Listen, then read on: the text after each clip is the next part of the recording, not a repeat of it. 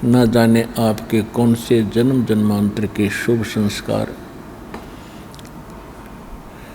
आपको प्रेरित प्रभावित करके आपको यहाँ पर लाए हैं। और जितना समय आपको यहाँ आने का मिला है, ये परमेश्वर कबीर जी ने आपकी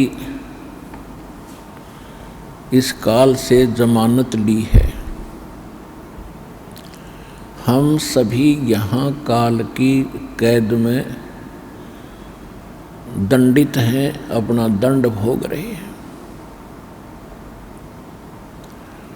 इंक्लूडिंग ब्रह्मा विष्णु महेश भी काल की जेल में हैं। ये हमारे में से ही इसने यहाँ के प्रधान बना दिए, हमें यहाँ रोक के रखने के लिए। इनको हमसे अधिक सुविधा दे दी। आप देखते हैं आपको कितने दृढ़ बंधन से बांध रखा है, और वो बंधन आपको दिखाई नहीं देते। तत्व ज्ञान न होने के कारण हमने इसको एक परंपरा और अपना कर्तव्य मान लिया। सांसारिक कार्यों को करना, बच्चों की परवरिश करना, और उसके बाद यदि कोई पैसा धन अधिक बच जाता है तो बकवाद करना, शराब पीना, डांस देखना, डीजे बजाना, विवाह के अंदर अधिक खर्च करके प्रभुता का पात्र बनना, इस प्रकार की हम बकवाद करने लगे। और हम कितने दृढ़ बंधन से बांध रखे काल भगवान ने। हमारे अंदर, हमारे परिवार में कितनी ममता और मोह है। हम एक पल भी अपने परिवार के बगैर नहीं रह सकते।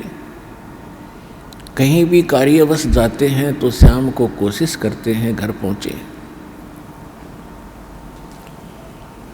और हम क्या करते हैं, सारा दिन केवल एक पेट पोषण के लिए, परिवार पोषण के लिए ही सुबह उठते हैं, खाना खाते हैं, अपने कार्य स्थान पर चले जाते हैं, अपने फील्ड में चले जाते हैं, दुकानदार दुकान पे, किसान खेत में, मजदूर अपनी मजदूरी के लिए, और नौकरी करने वाला अपनी नौकरी में। और फिर क्या करते हैं, शाम को आके पड़ गए। दिन में तो ये इधर उधर की बातें की, रात को उनका चिंतन सौपन में। सुबह उठे फिर चल दिए, शाम को आके पड़ गए, फिर उठकर चल दिए, फिर पड़ गए, फिर उठकर चल दिए, फिर मर गए। क्या यही काम था इस जीव का? ये काल की कैद है। इस सूक्ष्म, यहाँ पर सभी जो है आध्यात्मिक तरीके से दंडित होता है प्राणी। वो बाहर से दंड दिखाई नहीं देता, जब दंडित हो चुका होता है तब उसको महसूस होता है। और फिर हम ये सोचते हैं कि हमें ये कौन से कर्म का दंड मिला। ये कैद हमने जो यहाँ प्राप्त हुई, ये तो हमारी गलती बाहर की थी, हमने इस कैद से बाहर की थी, जेल से बाहर की थी, उस अच्छे स्थान पे सतलोक में। उसके बाद जो हम जेल में भी गलतियां कर रहे हैं, वो दंड यहाँ पर अलग से भोग रहे हैं। जेल में कोई बंदी, वहाँ कोई अलग से कोई शरारत करता है, उसको अलग से दंड दिया जाता है। और जो उसने बाहर दंड किया वो तो वो भोग ही रहा, क्योंकि जेल के अंदर है। तो हम यहाँ काल की जेल में हैं, और सुबह और शाम इसने हमें इतना व्यस्त कर दिया कि हमें एक पल की चैन नहीं। आध्यात्मिक तरीके से इसने हमें इतना बांध दिया। अब परमात्मा आपकी जमानत लेता है इस काल से। कहते हैं, कर ले गुरु वकील मुकदमा भारी है। परमात्मा आपके मोक्ष प्राप्ति के लिए ना जाने कितने रोल करता है, कितनी भूमिका करते हैं। कहते हैं 100 छल छिद्र मैं करूं अपने जन के काज। वो परमात्मा आपकी वकालत करके आपकी जमानत लेता है कि इसको 2 दिन के लिए जमानत दे दो, फिर मैं वापस यहीं छोड़ दूंगा। ये 2 दिन सुख का सांस ले आवे सतलोक आश्रम बरवाला जिला हिसार में।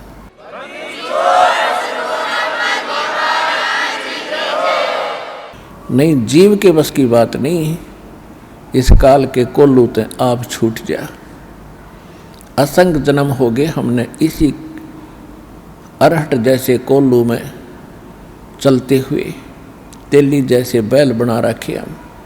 आंखें बंद कर देता है तेली, पहले कोल्लू चला करते बैल से सरसों का तेल निकालता था। उस तेली अपने बैल को सुबह चलता कर देता था, उसकी आंखें बंद कर देता था, उस पर पट्टी बांध देता था और वो सारा दिन उसमें घूमता ही रहता था। और पीछे वो एक बार पैर बजा देता था और वो बैल सोचता था कि तेली आ गया, तेरा लठ मारेगा, दे तू डट गया, रुक गया था।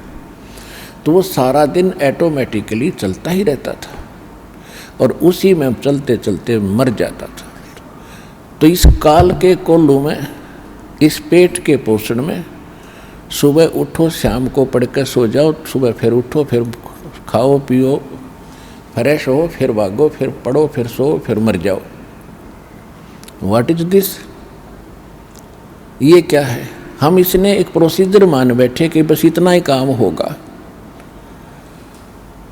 तो परमात्मा ने आके बताया है कि इस कार्य में ये तो यहाँ ऐसा रहेगा क्योंकि यहाँ का एक विधान है। इसके साथ साथ हम इससे छुटकारा पाने के लिए फॉरएवर, सदा के लिए, उसकी विधि, उसका तरीका, उसके विधान भगवान ने बताए हैं। उन सभी विधानों के अनुसार हम अपना सब क्रियाएं करेंगे तो फिर हम इस जेल में भी दंडित नहीं होंगे।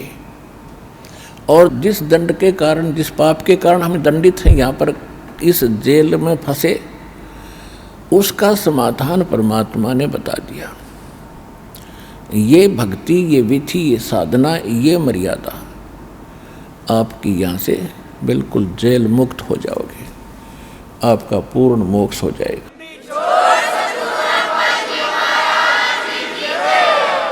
तो उसको आपने अब ग्रहण करके इस मनुष्य जीवन को सफल करना है। पुण्यात्माओं, सौभाग्य आपका, धन्य है आपके माता पिता और आपको जिनसे जन्म हुआ। ऐसे समय में ऐसा मानव शरीर और फिर परमात्मा की तरफ आपके अंदर विद्यमान है। आपके पुण्य कर्मों का कोई एस्टीमेट नहीं लगाया जा सकता कि आप कितने पुण्यकर्मी प्राणी हैं। लखबर सूरा जूझ ही लखबर सावत दे, लखबर यति जहान में तो सतगुरु शरणाले। इतने असंख्य जन्मों से हम भटक रहे हैं, तड़प रहे हैं, हम जंगलों में भी गए हैं, हमने घर भी त्यागे हैं परमात्मा के पाने के लिए, हमने राज्य भी त्यागा है, हजारों वर्षों तक हमने कठिन तपस्याएं भी आपने की हैं, आपने परमात्मा के नाम पर शीश भी दिए हैं। लेकिन जब तक हमें विधि सही नहीं मिलेगी, हम इस काल के कुएं से निकल नहीं सकते। तो उन्हीं में से आप हो, परमात्मा की शरण में कभी रहे हो, किसी न किसी युग में उनके पास यह संदेश पहुंचता है। और संदेश तो परमात्मा अपने सभी बच्चों के पास पहुंचा रहे हैं, लेकिन उनमें से कितने उनको समझ पा रहे हैं और कितना वो उसको समझकर यहाँ आ रहे हैं, ये उनके पूर्व के संस्कारों पर निर्भर है। आदरणीय गरीबदास साहिब जी को परमेश्वर स्वयं मिले थे सचखंड लेकर गए थे, सतलोक अमरलोक में जहाँ हम पहले रहा करते थे।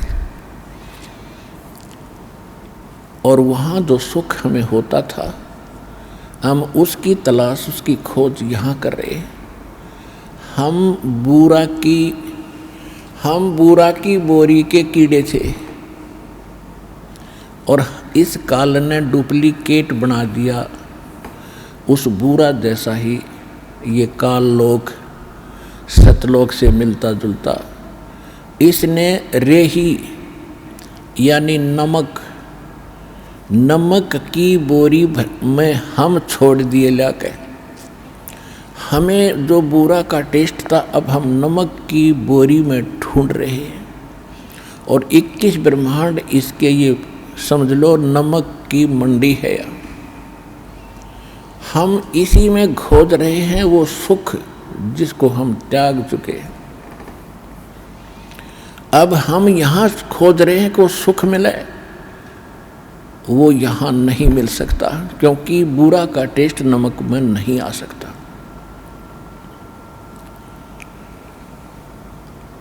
अब जैसे गरीबदास साहिब जी को परमात्मा मिले थे, सतलोक लेकर गए थे, उन्होंने वापस छोड़ा था।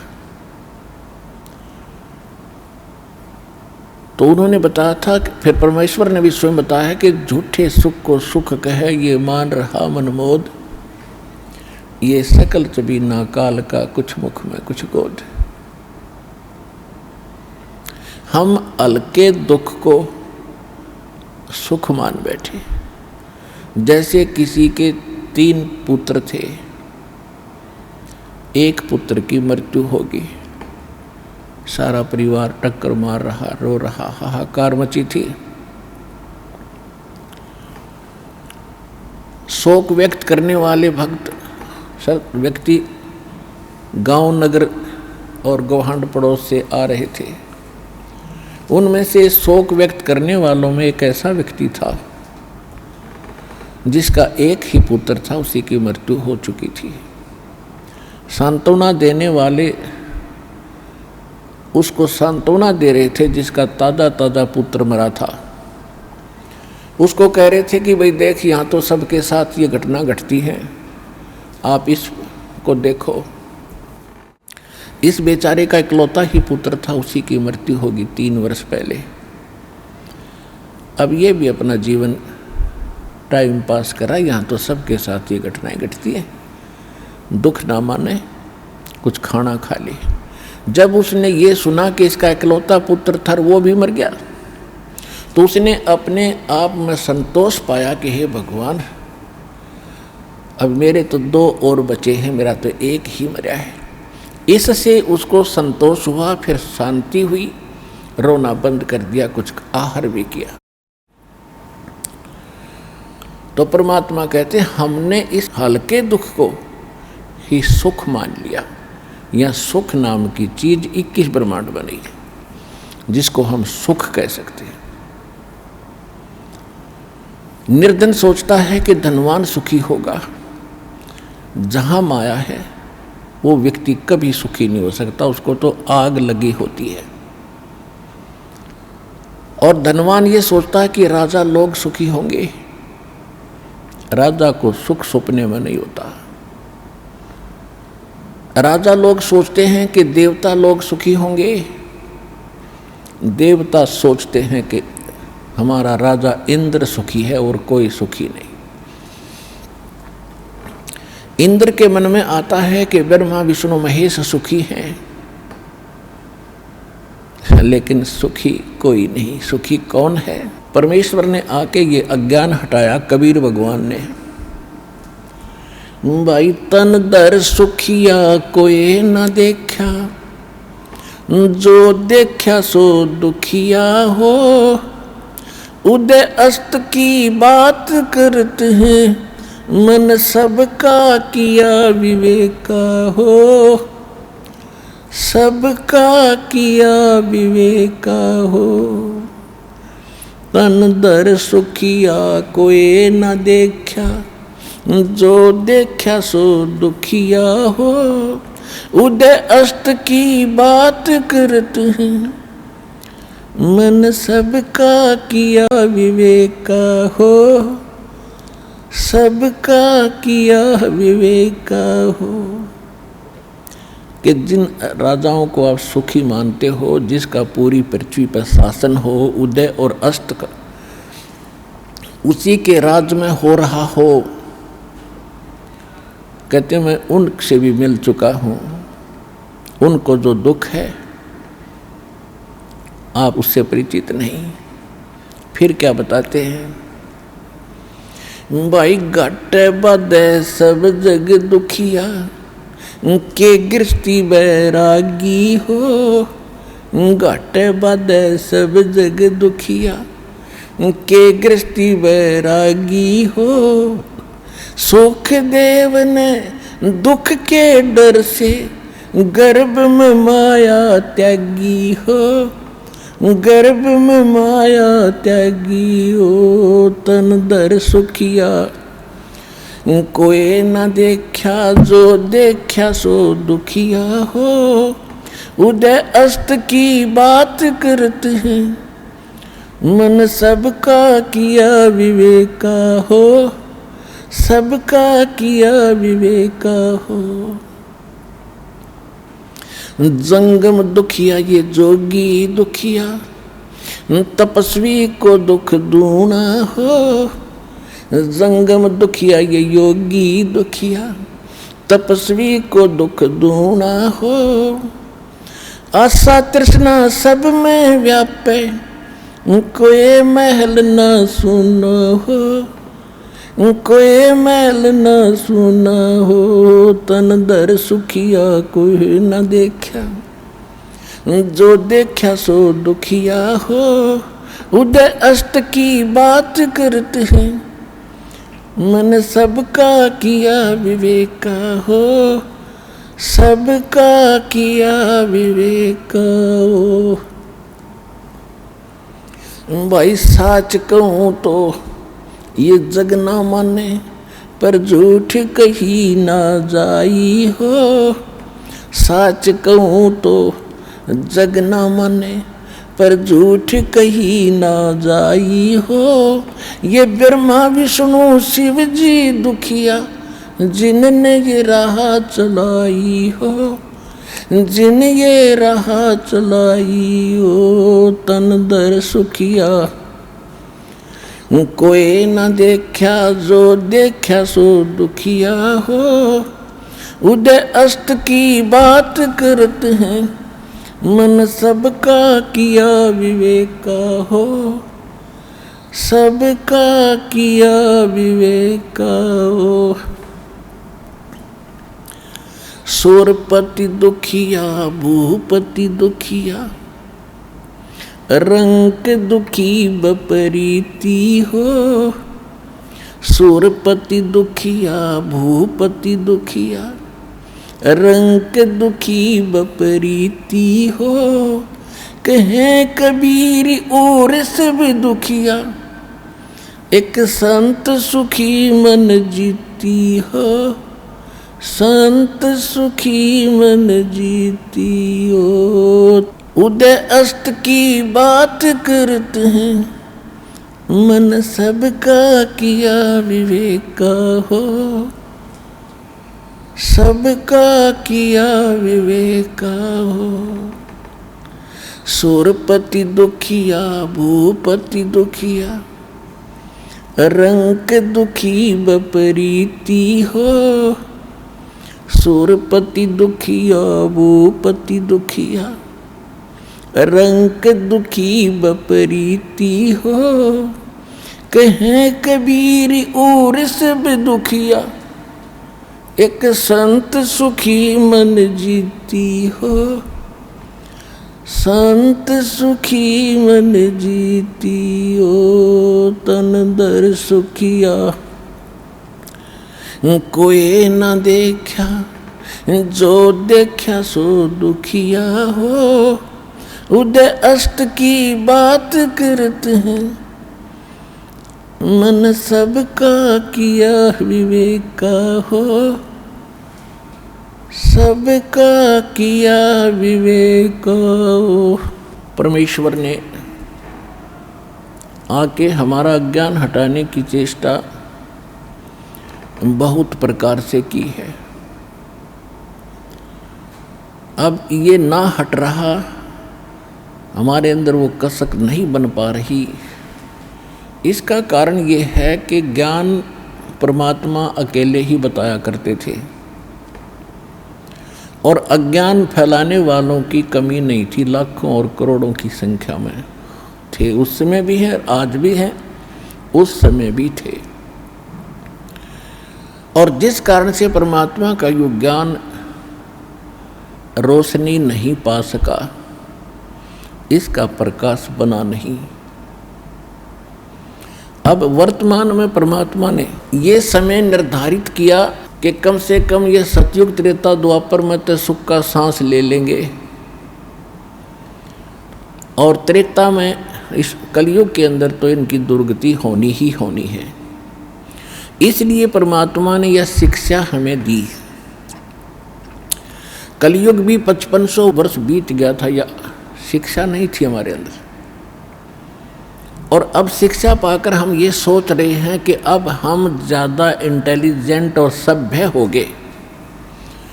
हम इंटेलिजेंट तो हो गए लेकिन सभ्य नहीं हुए। हमारी इंसानियत का नाश हो गया। इस माया ने हमारी बुद्धि हड़प ली, हर ली। इस शिक्षा ने हमें बेईमान बना दिया, अहंकारी बना दिया, अभिमानी बना दिया। छोटी सी कोई पोस्ट प्राप्त कर लेता है या कोई अच्छी पोस्ट IAS IPS, कोई डॉक्टर, इंजीनियर, जज, मंत्री, मुख्यमंत्री, प्रधानमंत्री बन जाते हैं। ये अपने आप में इतने अहंकारी हो जाते हैं, ये अपने अस्तित्व को भूल जाते हैं। और आम व्यक्ति भी जिसने थोड़ी सी भी कोई शिक्षा प्राप्त है, वो विशेष ही तरीके से रहता है। और हमारे पूर्वज दास ने वो पिछला जमाना भी देखा है और वर्तमान में जो लगी हुई आग भी देखी है। हमारे माता पिता, दादा, परदादा, गांव के लोग, उनके पूर्वज, वो कैसे रहा करते थे? इतना सिंपल, एक साधु की तरह रहा करते थे। तन पे कपड़ा भी नहीं, धोती बांध लेते थे, सारा दिन खेतों में मजदूरी में काम करते थे और इतना प्यार और विनम्रता और शांत चित्त रहते थे। जो मिल जाता उसमें सब्र संतोष किया करते थे। और अब ऐसी आग लगी है, चाहे जिसके पास आज करोड़ रुपए हैं तो नौकर अरब नहीं हुए तो कोई जीना नहीं।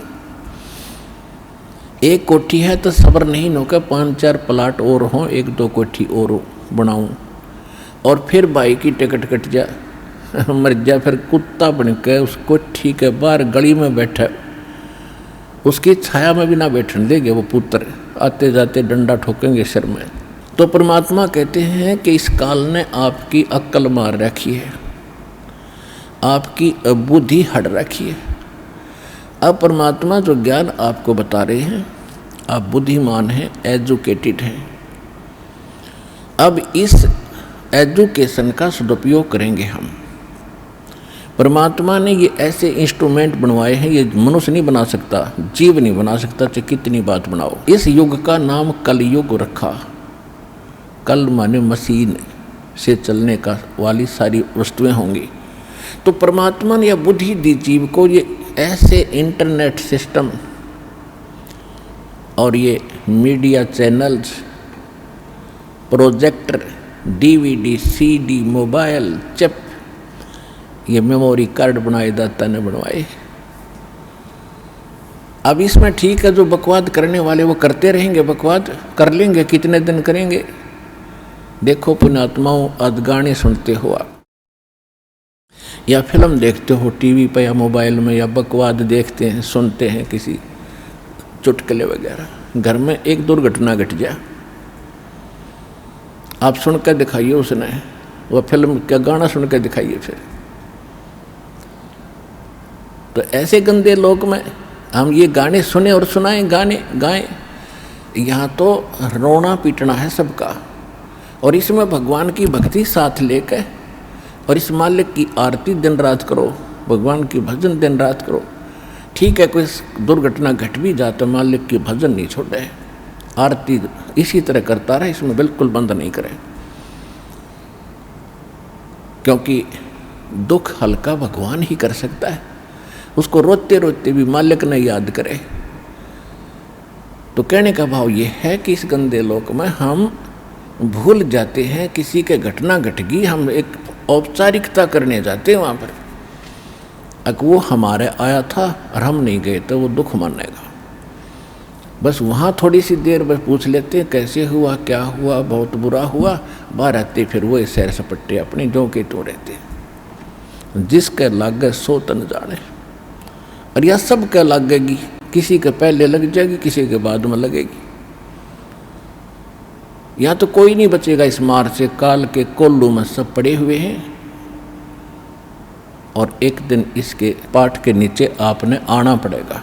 परमात्मा कहते हैं चलती चक्की देख के और दिया कबीरा रो, और दो पाटन के बीच में साबत बचा ना कोई। चक्की के बीच में चक्की चल रही है पत्थर की, उसमें कणक डाली जा रही है। कहते दो पाटों के बीच में, इस काल और माया के बीच में आपको पीसा जा रहा है, इसमें साबत कोई नहीं बचेगा। फिर कहते हैं कि किले से लागा रहे ताका नाश न हो। हमने देखा कि हमारी माताएं हाथ से चक्की पीसा करती थी और उसमें एक किला होता था। किला बीच में एक ऐसे दोनों पाटों के बीच में सेंटर में पाट होते गोल गोल चक्कर पत्थर के, उसमें एक तो डंडा सा लगा होता था उसको घुमाने के लिए, और एक उनके सेंटर में एक सुराख सा होता था, उसमें एक लकड़ की ऐसे गोल सी लंबी लंबी सी एक लगी हुई थी गुटका सा, और उसके चारों तरफ उसके खाली स्थान होता था, उसको किला बोलते थे। अब जो कणक उस किले में पड़ गई वह तो ज्यों की त्यों रहती थी, उस पर उन दोनों पाटों का असर नहीं होता था, और जो उन दो पाटों के बीच में आ गई वह सारी पीस दी जाती थी। तो यहाँ परमात्मा कहते हैं किले से लागा रहे ताका नाश ना हो। तो हम परमेश्वर कबीर जी के साथ लगेंगे, ये किला है इस काल के चक्की के बीच में, और जो परमात्मा के संपर्क में इसके निकट आ गया फिर काल के इस पत्थर यानी दोनों पाटों से बच गया। तो जो परमेश्वर कबीर जी की शरण में आप आगे तो आप उस काल के कोल्लू से, उस चक्कर से यानी पिसने से बच जाओगे। तो प्रसंग चला था कि हम परमात्मा कहते हैं झूठे सुख को सुख कह ये मान रहा मनबोध, ये सकल चबी ना काल का कुछ मुख में कुछ क्रोध। तो परमात्मा ने ये आग पहले नहीं लगने दी शिक्षा की, और कितना प्यार, कितनी आधीन्य, कितनी विनम्रता। और जितने हम विनम्र होंगे, अधीन होंगे, अहंकार रहित होंगे, उतना भगवान हमारे निकट आओगा। आधीनी के पास है ये पूर्ण ब्रह्म दयाल, मान बड़ाई मारियो भाई बेअदबी सिरकाल।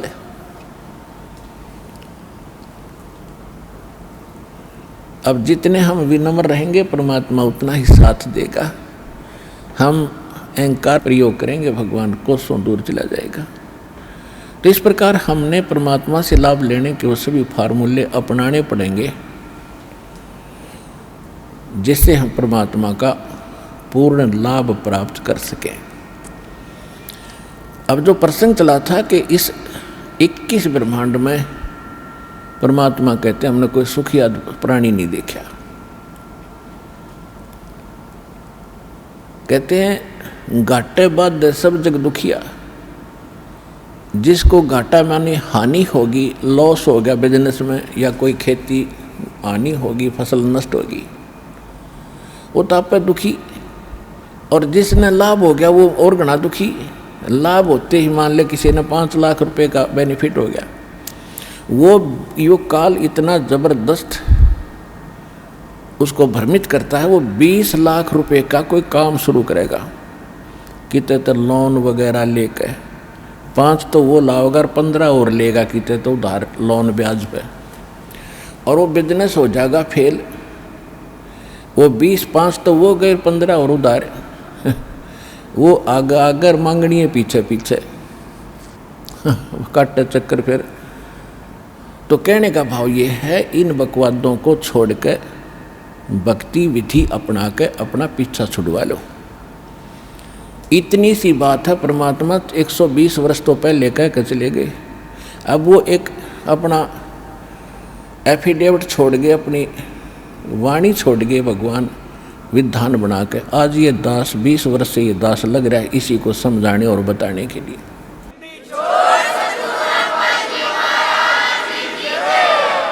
और जब तक हम इस विधि को नहीं अपनाएंगे, हम ना तो यहाँ सुखी हो सकते और भविष्य तो भूल जाओ, सुख स्वप्न में भी नहीं होगा। जब परमात्मा की सही विधि, सही भक्ति और उसकी मर्यादा पर हम चलेंगे, हम यहाँ भी सुखी होंगे। पुण्यात्माओं, एक दिन दास वहाँ गया हुआ था गोवा के अंदर। गोवा एक स्टेट है और समुद्र के किनारे बसा हुआ है। वहाँ भगत ने एक सत्संग करवाया था। हम सत्संग करने गए थे सन 2004 में, और वो सत्संग भी उस समुद्र के किनारे से थोड़ी सी दूरी पर, यानी वहाँ से 8-7 किले दूरी पर, 1000 फुट दूरी पर एक ग्राउंड था, वो बुक करा रखा था।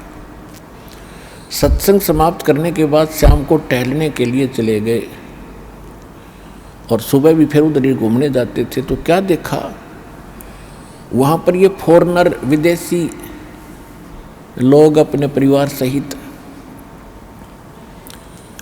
उस समुद्र के किनारे रेत के अंदर लौट रहे हैं और रेत को लगा रहे हैं।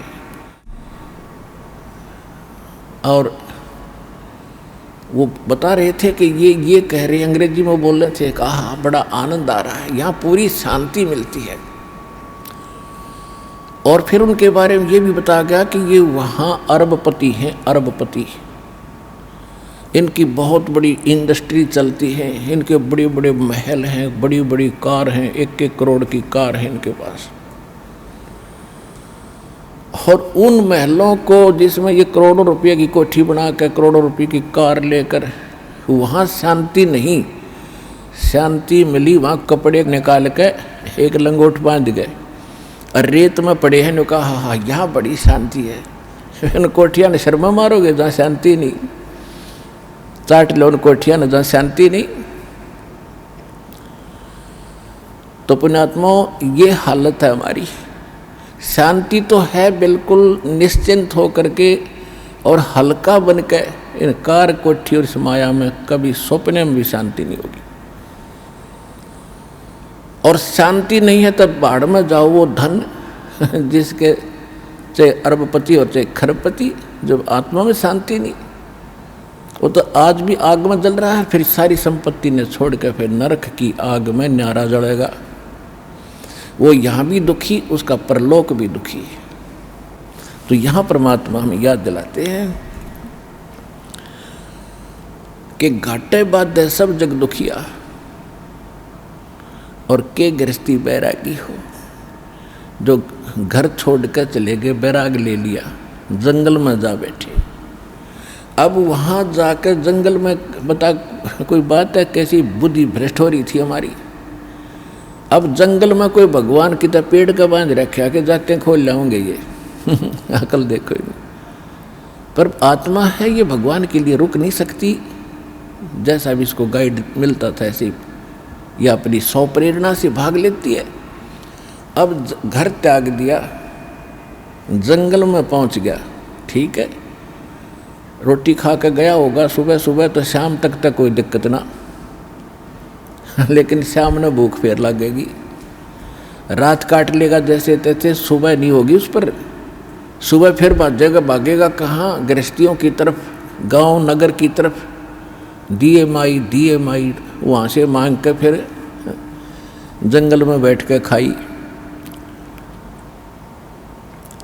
और फिर वर्षा होगी तब उसको महसूस होगा भी बहुत दिक्कत आई है, फिर एक झोंपड़ी डालेगा। सर्दी लग गएगी तो कोई कंबल मांग के ले आओगा किसी से, फिर के छोड़ा वह भी चिंता वहाँ नौकी नो बन गई, वो फालतू ज़्यादा बन गई। वहाँ बड़े बनाए मकान थे, बड़ी बनाई रजाई कपड़े थे और बड़ी बनाई रोटी मिलनी थी। वहाँ ना भक्ति करेगी, वहाँ जा बकवाद करी, इस ऐसे भगवान मिलेगा। तो कहने का भाव ये है, बगैर ज्ञान के हम डले ढोरे थे और गृहस्थी न सोचने लग गया कि ये जो बाहर बैठा जंगल में तपस्या कर रहा है यूँ पाओगा भगवान। तो परमात्मा के पाने का विधान विधि हमारे सदग्रंथ बताते हैं और खुद भगवान बताते हैं, या जिन्होंने परमात्मा पाया वो संत महापुरुष बताते हैं।